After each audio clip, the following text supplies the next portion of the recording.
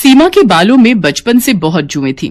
इसका कारण था सीमा का कई कई दिन सिर को ना धोना, ना ही सिर की सफाई करना। ये आदत उसके बड़े होने पर भी नहीं छूटी। जब वो कॉलेज गई तो कोई भी उसका दोस्त बनने को तैयार नहीं था। सब लड़कियां उससे नफरत करती थीं। यार मेघा, जरा अपना हेयर ब्रश तो देना, मैं लगता है घर पर ही भूल आई हूँ। ना बाबा ना, तेरे बालों में तो जुएं हैं, तुझे तो मैं अपना हेयर ब्रश कभी भी ना दूं। चल ज्योति, कॉलेज की छुट्टी हो गई है, घर जाते हुए रास्ते में गोलगप्पे खाते हुए जाएंगे। सीमा के सिर में जुएं होने के कारण हमेशा ही वो अपमानित होती थी, पर मजाल है जो वो अपना सिर साफ करवा ले। सीमा, ओ सीमा, ये सिर धोकर गीला तौलिया तूने स्टैंड पर टांगा है? हाँ माँ, वो सिर बहुत खुजली कर रहा था तो धोकर आई थी। सारा तौलिया जुओं से भरा हुआ है, सिर तो खुजली करेगा ही। कितनी बार कहा है सिर साफ करवा लिया कर, पर सुनती कहाँ है। पता नहीं इस लड़की के सिर की जुएं जाती ही क्यों नहीं है। वृंदा, जितनी जल्दी हो इसके सिर की जुएं साफ करवा दे। बड़े बूढ़े कहते हैं जिस लड़की की शादी के समय सिर में जुएं हो, शादी के बाद जुएं ब्याह जाती हैं, फिर उन्हें साफ करना बहुत मुश्किल होता है। क्या दादी, ऐसा कुछ नहीं होता है, आप बेकार में ही डरा रहे हो। सीमा की दादी चाहती थी कि सीमा किसी तरह अपने सिर की तरफ ध्यान दे दे, पर उसने एक कान से सुनकर दूसरे से निकाल दिया। आकाश नाम के लड़के से सीमा का रिश्ता तय हो जाता है, पर शादी के दिन मंडप में सीमा का हाथ बार बार अपने सिर में जा रहा था। क्या करूं, ये जुएं तो जैसे रेलगाड़ी की तरह सिर में दौड़ लगा रही हैं। जुड़ा होने के कारण उन्हें रेंगने के लिए जगह जो नहीं मिल रही होगी। अरे मत घूमो। सीमा, आकाश, एक दूसरे के गले में जयमाला पहनाओ।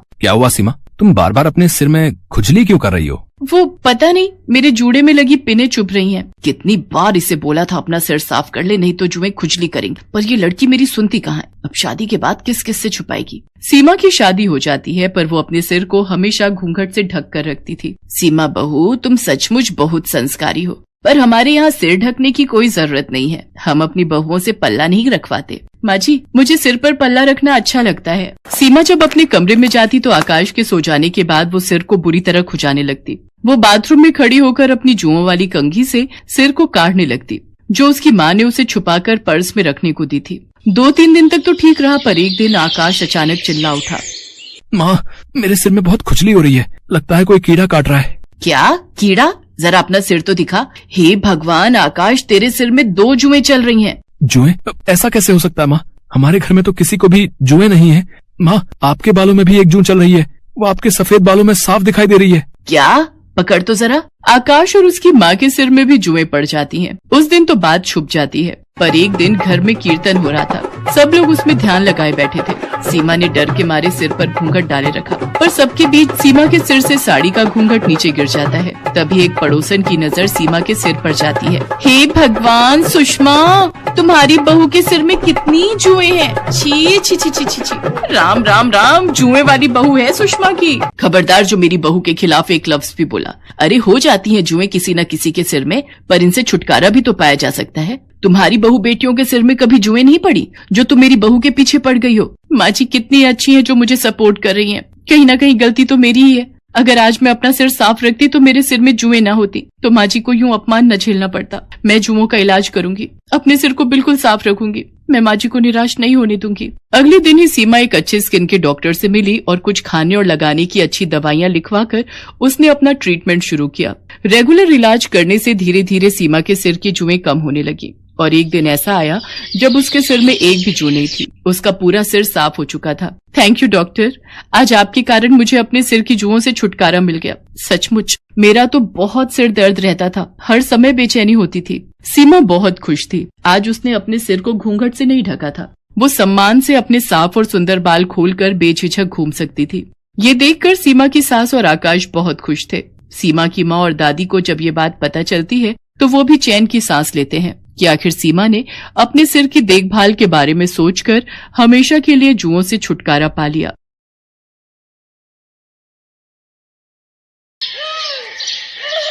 प्रिया शादी करने के नाम से डर रही थी और बार बार अपनी मम्मी से एक ही बात कह रही थी। मम्मी, यहाँ मायके में तो आपने ये बात सबसे छुपा ली और मेरी कभी भी इंसल्ट नहीं होने दी, पर ससुराल में ये बात किसी को भी पता चल गई तो आप जानते हो ना मम्मी, वहां मेरा कितना अपमान होगा। जब मेरी सास और पति को ये पता चलेगा कि मैं रात में सोते वक्त बेड पर सुसु करती हूँ, जो कि मेरे कंट्रोल से बिल्कुल बाहर है। प्रिया बेटा, मैंने तेरी दवाइयां सूटकेस में रख दी हैं, तूने समय पर लेती रहना। तू घबरा मत, डॉक्टर ने भी तो यही बोला है ना कि तुम्हें तनाव बिल्कुल भी नहीं लेना है और रात को सोने से पहले सुसु करके सोना, तो तुम्हें ही परेशानी नहीं होगी। अपने खाने पीने का ध्यान रखना और सोते समय अपने मोबाइल में आधी रात का अलार्म भी लगा लेना, जैसे यहाँ लगाकर सोती हो। प्रिया उस वक्त माँ की बात को सुन लेती है, पर उसके मन में इस बात को लेकर बहुत डर और घबराहट पैदा हो रही थी। कुछ दिनों बाद प्रिया की शादी हो जाती है और वो अपने ससुराल आ जाती है। कुछ दिन तक प्रिया अपने फोन में अलार्म लगाकर सोती है, तो सब कुछ ठीक चल रहा था। पर एक दिन प्रिया, अचानक मुझे ऑफिस के काम से बाहर जाना पड़ रहा है, पर मैं 2 दिन में वापस आ जाऊंगा। तुम इस बात को लेकर मेरे से नाराज तो नहीं हो ना? नहीं नहीं, मैं भला क्यों नाराज होने लगी। आपका काम पहले है, आप अच्छे से काम करके लौटना। अरे रवि बेटा, तू चिंता क्यों करता है, मैं हूं ना बहू का ख्याल रखने के लिए। हम दोनों सास बहू खूब मजे करेंगे। रवि काम से बाहर चला जाता है। उसी रात, प्रिया बेटा ये देख, मैंने हम दोनों के लिए कितनी बढ़िया वाली आइसक्रीम मंगवाई है, हम दोनों मिलकर खाते हैं। पर मैं तो आइसक्रीम खाती ही नहीं हूँ, क्योंकि ठंडी चीजें खाने से मुझे और ज्यादा सुसु आता है।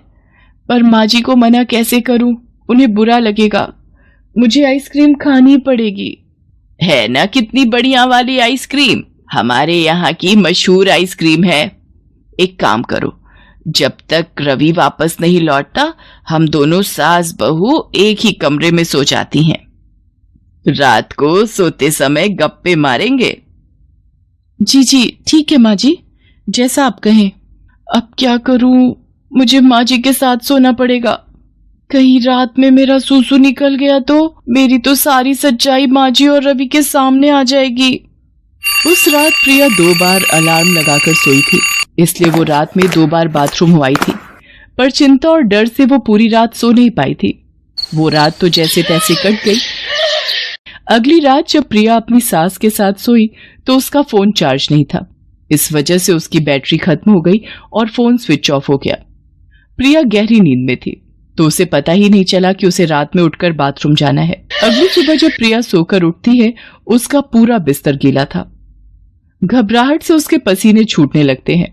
प्रिया की सास ये सब देख लेती है और गुस्से में प्रिया पर चिल्ला पड़ती है। इतनी देर में रवि भी वापस आ जाता है। रवि बेटा, हम बेड पर सूसू करने वाली बहू ले आए हैं। मुझे तो सचमुच इसे अपनी बहू कहते हुए शर्म आ रही है। दुनियादारी और समाज में किसी को भी पता चल गया तो सब लोग हम पर हंसेंगे। अब मैं इसका क्या करूं? इसके माँ बाप ने भी हमसे इस बात को छुपाया, और तो और इसने भी हमसे इतनी बड़ी बात छुपाई। मुझे तो कुछ समझ में नहीं आ रहा है। मैं तो कहती हूँ इसे अभी के अभी इसकी माँ के घर भेज दे। अब तू ही इससे बात कर।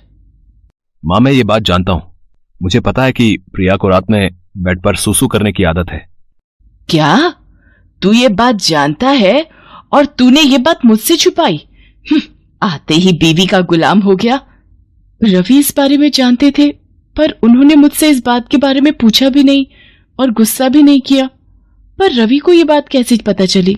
मैं तो रोजाना अलार्म लगाकर सोती हूँ। माँ, ये बात मुझे उस दिन पता चली जिस रात प्रिया बहुत गहरी नींद में थी। अलार्म मैंने ही बंद किया था। तब मैंने देखा प्रिया के आसपास बिस्तर गीला हो रहा था। मैं उसी वक्त समझ गया था। प्रिया, तुम्हें याद होगा जब उस दिन तुमने मेरे उठते से ही बेडशीट चेंज कर दी थी ताकि मुझे पता ना चले। मां, प्रिया की नजर से सोचो, वो खुद इस आदत से कितनी शर्मसार होती होगी। शायद ये कई रातें सो भी नहीं पाई है। मां, आप जानती हो इस आदत की सबसे बड़ी वजह तनाव है।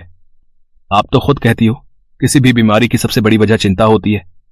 और मां, हम कितनी बीमारियों का शिकार होते हैं, पर उन्हें ठीक करने के लिए इलाज के साथ साथ हमें अपनों के सहयोग की भी तो जरूरत होती है। तभी तो हम बीमारी से लड़कर ठीक हो पाते हैं। मां, इस वक्त प्रिया जिस जगह खड़ी है शायद हम दोनों उसका अंदाजा भी नहीं लगा सकते। इस वक्त प्रिया को हम दोनों के सहयोग की बहुत जरूरत है। अच्छा मां, एक बात बताओ, अगर यही आदत मुझ में होती तो फिर तुम क्या करती? मेरे ठीक होने में मेरी मदद करती या फिर मुझ पर गुस्सा करके मुझे घर से निकाल देती? मां, अगर आप प्रिया को इस घर में नहीं रख सकती तो मैं प्रिया को लेकर कहीं और चला जाऊंगा। रवि की बातों को सुनकर प्रिया की आंखों में आंसू भर आते हैं और वो रो पड़ती है। सचमुच रवि एक अच्छा पति होने के साथ साथ एक अच्छा इंसान भी था। मुझे माफ कर दे बेटा, तू ये घर छोड़कर चला जाएगा तो मैं किसके सहारे रहूंगी? मुझसे बहुत बड़ी गलती हो गई प्रिया बहू, मुझे माफ कर दो। मुझे तुम्हें समझना चाहिए था न कि तुम्हारी कमी को ढूंढना चाहिए था। एक माँ होकर भी मैं तुम्हारी परेशानी को समझ नहीं पाई। नहीं माँ जी, आप मेरी माँ हो और माँ कभी अपने बच्चों से माफी नहीं मांगती। मैं सचमुच कितनी भाग्यशाली हूँ जो मुझे पति के रूप में रवि और माँ के रूप में आप मिले। प्रिया अपनी सास के गले लग जाती है। ये देखकर रवि भी बहुत खुश होता है। प्रिया अब रात में तरल पदार्थ ज्यादा नहीं लेती थी और समय पर सोती थी। प्रिया रात में कभी अलार्म से ना उठ पाए तो रवि उसे उठा देता था ताकि प्रिया को रात में कोई परेशानी ना हो। प्रिया की सास और रवि प्रिया को खुश रखते थे। धीरे धीरे रवि और सास के सहयोग से कुछ समय में ही प्रिया की ये आदत पूरी तरह से छूट जाती है।